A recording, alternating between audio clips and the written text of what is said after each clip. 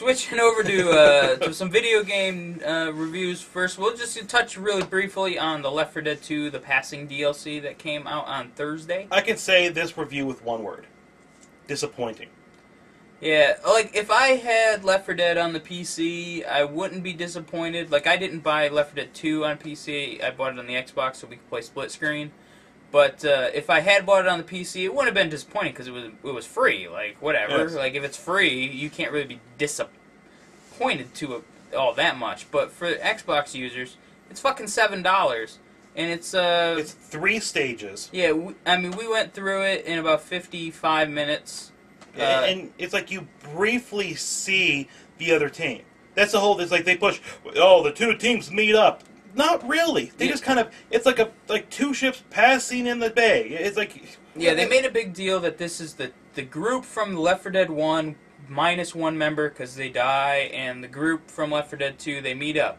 You meet up with Francis in the very first chapter, and you talk to him for like 2 seconds. Nobody talk to him. It's like he just tells you, "Hey, we can't get the bridge down." Yeah. And that's pretty much it. And then you go through the second chapter, you never see them, and then in the third chapter you see the other two. I'm not going to spoil who the 3 survivors are, just in case you haven't played it yet.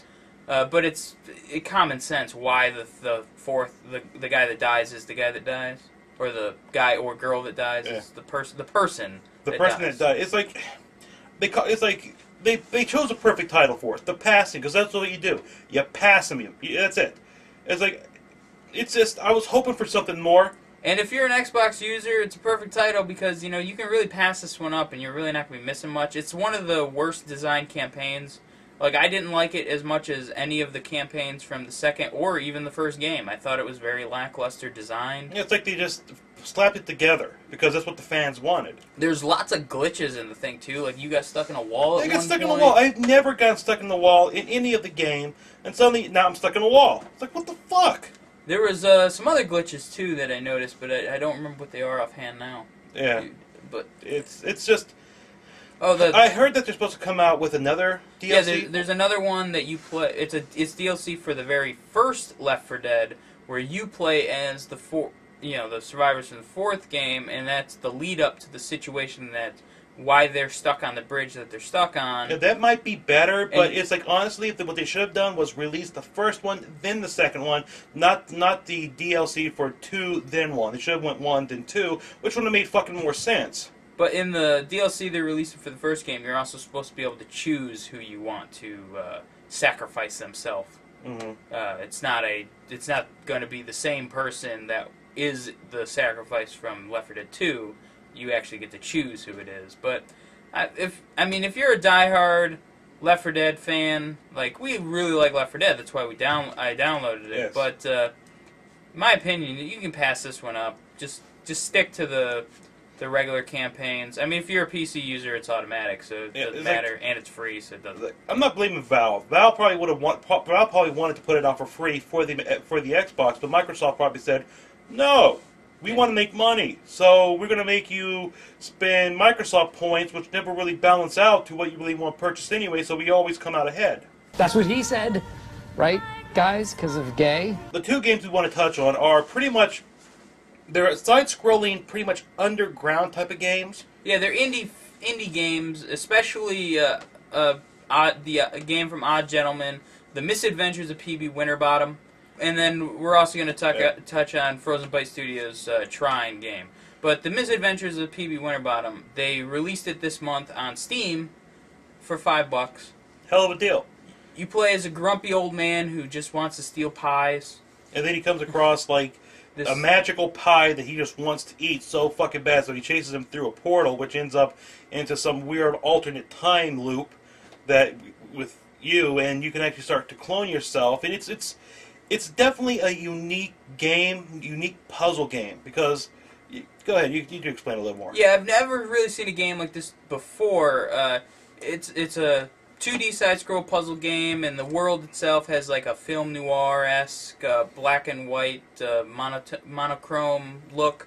Very Tim Burton, crooked design to it, and you clone itself by you hold down left shift on the keyboard, or I'm playing with an Xbox controller.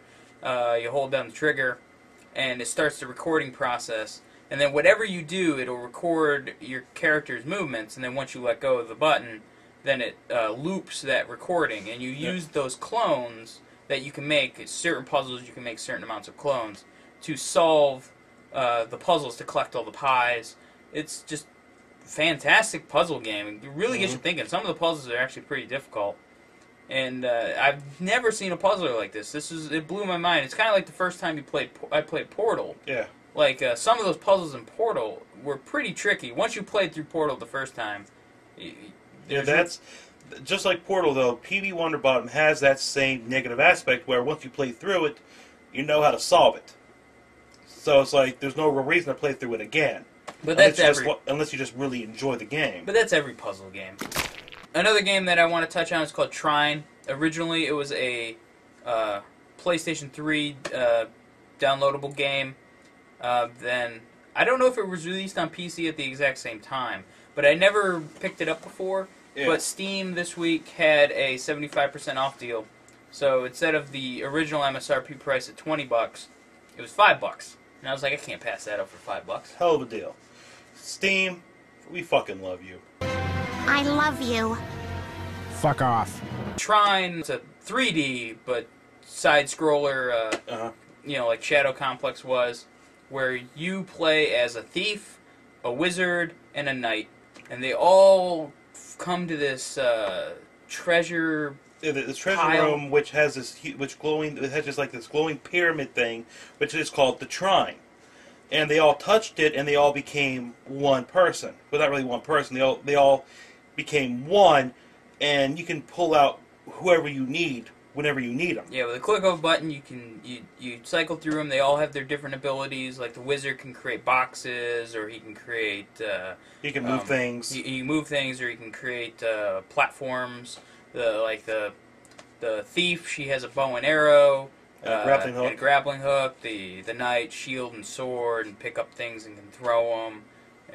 They all have their... Yeah, and each one advances with more techniques as you go along, and the puzzles are pretty fun. It's just a fun game and trying to solve it. And also, this is a great example of people who say video games is not art. This game is nothing but artistic. I mean, everything about this game is beautifully done.